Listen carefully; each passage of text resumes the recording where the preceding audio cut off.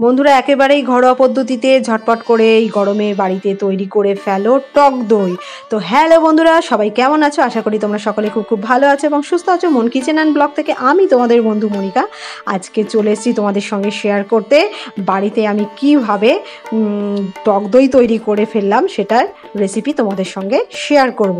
তো তোমরা সঙ্গে থাকো আর ভিডিওটা দেখতে থাকো, আশা করি তোমাদের ভালো লাগবে।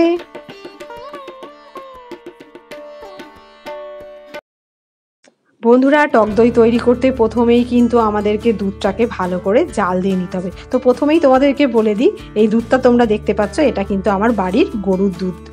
আমার বাড়িতে তো তোমরা দেখেইছো সকলে গরু আছে, তোমাদের সঙ্গে সেই ভিডিও শেয়ার করেছি।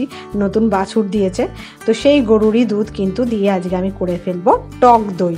তো দুধটা এখানে কতটা পরিমাণ আছে বলো তো? 1 কেজির একটু বেশিই আছে। তো দুধটাও দেখো বন্ধুরা আমি একটু মোটা করে ঘন করে জাল করে নেব। জাল করে নেওয়ার পর এটাকে ঠান্ডা করতে হবে। তো তার ঠান্ডা করার আগে এটাকে কিন্তু বন্ধুরা আমাদেরকে আগে ভালো করে এটাকে আরও সুন্দর করে জাল দিয়ে নিতে হবে। তো আমি চলে এসেছি দেখো আমারই কাঠের রান্নাঘরে।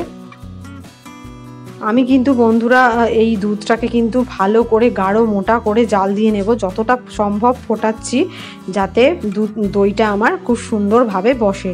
তাই জন্য একটু ঘন করে, এটাতে এমনিতেও জল মেশানো নেই, তবুও কিন্তু আমি ভালো করে জাল দিয়ে নিচ্ছি যাতে দইটা আমার সুন্দরভাবে বসে যায়।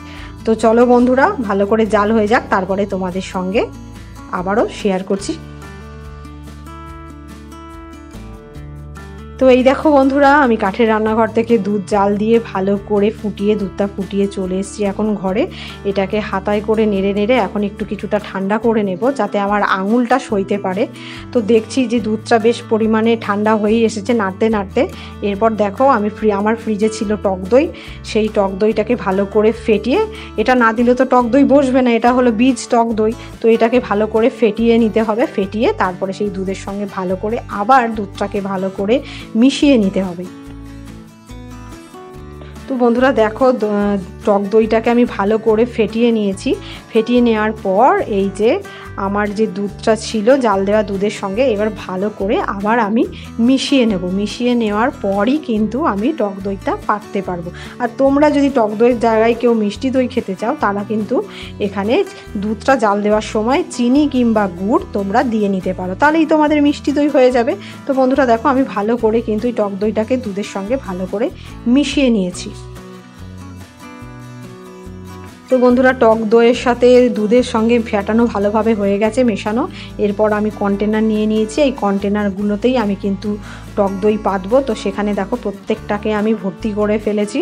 তোমরা যাতে পাতবে স্টিলের বাসনেও পাততে পারো, কোনো ব্যাপার না, মাটির ভাঁড়ে, তোমাদের যেটা সুবিধা বন্ধুরা তোমরা কিন্তু তাতেই কিন্তু দই বসাতে পারো।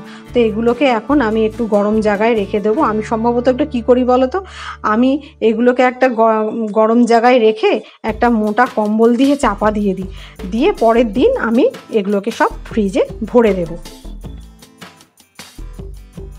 তো এই দেখো বন্ধুরা আমার টক দই কিন্তু একদম রেডি। দেখতেই পাচ্ছ তোমরা কত সুন্দর দইটা জমেছে, কি সুন্দর বসেছে বাড়িতে আমার ঘরোয়া পদ্ধতিতে তৈরি করা টক দই। তো তোমাদের আজ ভিডিওটা কেমন লাগলো অবশ্যই কিন্তু কমেন্টস করে জানাতে ভুলো না। তোমাদের বন্ধু মনিকা কিন্তু অনেকেই গরমের মধ্যে খেটে খুঁটে আজকে এই টক দইটা তৈরি করেছে। আমি কিন্তু বন্ধুরা এই বাড়িতে এরকমভাবেই দই তৈরি করে খাই আর কি। আর তোমাদের আজকের ভিডিওটা কেমন লাগলো অবশ্যই কিন্তু জানাতে ভুলো না। ভালো লাগলে অবশ্যই একটা লাইক কমেন্ট শেয়ার আর সাবস্ক্রাইব করে দিও। টাটা বন্ধুরা, আবারও চলে আসবো অন্য কোনো দিন অন্য কোনো ভিডিওর সাথে। Tata, bye bye.